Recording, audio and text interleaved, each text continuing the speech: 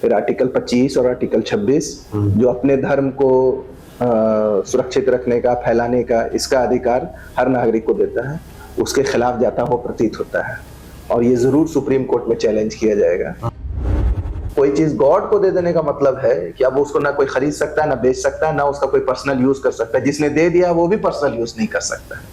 अब उसका इस्तेमाल सिर्फ जनता की भलाई के लिए हो सकता है। हर वक्त प्रॉपर्टी की एक कमेटी होती है जिसका एक मुतवल्ली होता है। जैसे किसी ट्रस्ट का कोई सेक्रेटरी होता है, वैसे ही तो मुतवल्ली उसका रख रखाव करता है। उससे जो पैसा आता है उसकी तनख्वाह उससे दी जाती है। सच्चर कमेटी ने कहा था कि वक्फ बोर्ड को वक्फ की प्रॉपर्टीज को सही ढंग से इस्तेमाल कीजिए, तो उससे इतना धन आ जाएगा जिससे मुसलमानों की डेवलपमेंट के लिए पैसा खर्च किया जा सकता है। 44 सुझाव दिए गए ऐसी रिकॉर्ड पे है, उसको किसी को नहीं माना जेपीसी जी। और एनडीए के घटक दलों के कुछ लोगों ने जो सुझाव दिए उसको मान लिया गया। तो इसका मतलब है कि आपकी मंशा सही नहीं है। नमस्कार, आप देख रहे हैं विमर्श न्यूज। मैं हूं आकाश आपके साथ। अभी आपने चुना होगा, बहुत ही चर्चा में एक विषय चल रही है वक्फ बोर्ड का विषय। वक्फ बोर्ड करीब परसों लोकसभा में 1 बजे तक यहाँ पूरा पार्लियामेंट सेशन चला और वो वक्फ बोर्ड 56 सीटों से वहां आगे चल के वो पारित कर लिया गया। और वही राज्यसभा में 30 सीटों से आगे चलते हुए करीब 1 बजे तक वहां पे पार्लियामेंट्री सेशन चला और वो 1 बजे 30 वोटों से पारित कर लिया गया। क्या यह बिल असंवैधानिक सही में है? हम अभी बात करेंगे सरफराजुद्दीन जी से, जो कि महासचिव हैं PUCL के बिहार प्रदेश के। उनसे बात करेंगे। सबसे पहले आपका स्वागत है सरफराजुद्दीन जी। शुक्रिया आपका। क्या आप भी ये मानते हैं कि ये बिल अनडेमोक्रेटिक है या फिर असंवैधानिक है? इस पर क्या आपका कहना है? ये भारत के संविधान के आर्टिकल 14, 15 जो समानता का अधिकार देता है, फिर आर्टिकल 25 और आर्टिकल 26 जो अपने धर्म को सुरक्षित रखने का, फैलाने का, इसका अधिकार हर नागरिक को देता है, उसके खिलाफ जाता हुआ प्रतीत होता है। और ये जरूर सुप्रीम कोर्ट में चैलेंज किया जाएगा। अब ये देखना है कि सुप्रीम कोर्ट का रुख क्या होता है और कितना समय लगता है वहां फैसला देने में। तो इसमें क्या कुरीतियां नजर आई एनडीए गवर्नमेंट को, जो कि इस बिल को लाया गया और बाद में पारित कर लिया गया, ज्यादा वोटों से पारित हो गया भले ही, लेकिन इसमें क्या कुरीतियां उनको नजर आई जो फिर उन्होंने ऐसा डिसीजन ले? ये तो वो भी ठीक से बता नहीं पा रहे हैं क्या कुरीतियां नजर आई। हाँ, तो कुछ भ्रम तो उन्होंने पैदा किया, लेकिन ठीक से समझ में नहीं आ रहा कि उन्होंने क्या देखा जो इसमें संशोधन की आवश्यकता है। और वो कहते हैं कि बहुत से लोग इसके संशोधन की मांग कर रहे थे, जबकि अनेक मुस्लिम संगठन जो है इसका विरोध कर रहे थे। तो फिर किन लोग मांग कर रहे थे इसका भी कोई, तो कौन सा सेक्ट है इसमें जो कि इसका विरोध भी कर रहा होगा? सब लोग विरोध कर रहे हैं। और समर्थन में भी कुछ थे क्या मुसलमान आपको नजर आ? कुछ उनका कहना है, बीजेपी का कहना है कि कुछ लोग, कुछ मुस्लिम इसके समर्थन में हैं। तो वैसा इक्का दुक्का समर्थन में होने से कोई फर्क नहीं पड़ता है। दर्जनों संस्थाएं, संगठन मुसलमानों की, जैसे इमारत Shariah, Jamiatul Ulama Hind, Jamaat Islami, All India Muslim Personal Law Board, ये सब विरोध कर रहे हैं। जैसे कि 3 तलाक बिल का भी इन्होंने लाया था, उसमें था कि तलाक कह देते थे तो शादी टूट जाती थी, लेकिन कुछ महिलाओं के लिए बेहतरी के लिए कह के बीजेपी वालों ने उस बिल को पास किया था। वैसे ही इसमें भी क्या महिलाओं का हक छीना जाता था वक्फ बोर्ड में? महिलाओं के नाम पे मतलब महिलाएं दान नहीं करती थी या महिलाओं को कोई अधिकार नहीं दिया था, ऐसा कुछ इसमें भी है क्या? नहीं, ऐसा कुछ नहीं था। 3 तलाक वाले में प्रॉब्लम ये थी कि उसमें क्रिमिनलाइज किया जा रहा था और 3 साल की जेल पुरुषों को दी जा रही थी। इसका विरोध था। आप 3 तलाक को खत्म, बहुत से देश में 3 तलाक का सिस्टम खत्म हो चुका है, बहुत से मुस्लिम देशों में, भारत में भी कर सकते थे। और उसके लिए आपके पास दूसरे तरीके मौजूद थे, उस तरह से करने की जरूरत नहीं थी। और उससे कुछ फायदा भी नहीं हुआ है। किसी मुस्लिम समाज के किसी भी महिला को कोई खास ऐसा फायदा नहीं हुआ। तलाक देना है, तलाक आदमी दे सकता है, किसी भी तरह से दे सकता है। पहले था कि 3 बार तलाक बोल के तलाक देते थे, वो पहले भी वैसे भी खत्म हो चुका था। बहुत कम ही लोग वैसे तलाक देते थे। कुछ इक्का दुक्का केस आते थे तो उनको उससे राहत मिली है उस कानून से, लेकिन इससे कोई बहुत बड़ा बदलाव समाज में नहीं आया। वक्फ बोर्ड के पास कहा जाता है कि डिफेंस और रेलवे के पास सबसे अधिक जमीन है, तो इस पर क्या आप एग्री करते हैं? मतलब ये सच बात है? ऐसा कहा जाता है कि 19 लाख एकड़ जमीन है और सरकार के पास रिकॉर्ड भी है।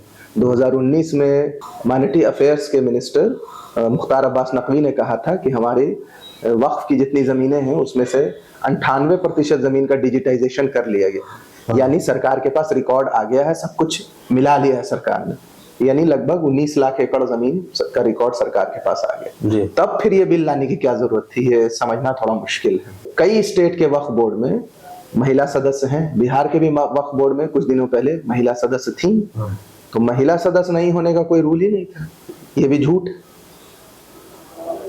और ज्यादातर बातें उनकी पार्लियामेंट में ही बहस के दौरान अपोजिशन ने बता दिया। सच्चर कमेटी में रखने की बात भी हो रही थी, उस पर क्या करेंगे?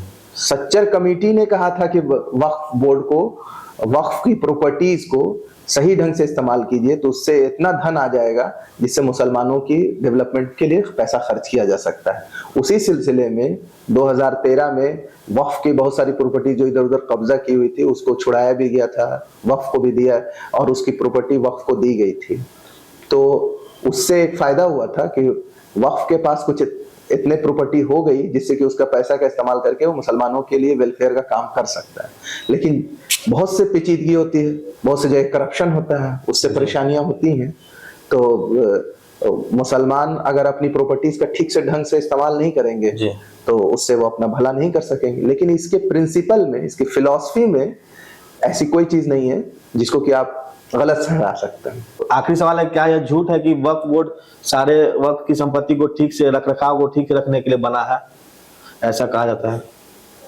नहीं है, झूठ नहीं है। वक्फ बना ही है वक्फ बोर्ड वक्फ की संपत्तियों को ठीक ठाक से रखने के लिए। वक्फ का ये रूल है कि कोई व्यक्ति अपनी जमीन को दान कर देना चाहता है और चाहता है कि ये वक्फ को दे दिया जाए। वक्फ को दे देने का मतलब है कि वो गॉड को दे दिया, अब उसका कोई मालिक नहीं है। तो कोई चीज गॉड को दे देने का मतलब है कि अब उसको ना कोई खरीद सकता है, ना बेच सकता है, ना उसका कोई पर्सनल यूज कर सकता है। जिसने दे दिया वो भी पर्सनल यूज नहीं कर सकता है। अब उसका इस्तेमाल सिर्फ जनता की भलाई के लिए हो सकता है। आप उस पे स्कूल खोलिए, अस्पताल खोलिए, आप उस पे विधवा आश्रम खोलिए, वृद्धा आश्रम खोलिए, अनाथालय खोलिए, जो चाहे करें आप उस पे। और कई बार ऐसा होता है कि जो अपनी जमीन देता है वो एक साथ में वसीयत भी करता है कि मेरे मरने के बाद भी ये इन कामों में। और वक्त में ऐसा भी है क्या कि कोई अपने जो जमीन दान कर रहा है वो सिर्फ अब दूसरे धर्म को भी जमीन दान कर सकता है, ऐसा भी कर सकता है?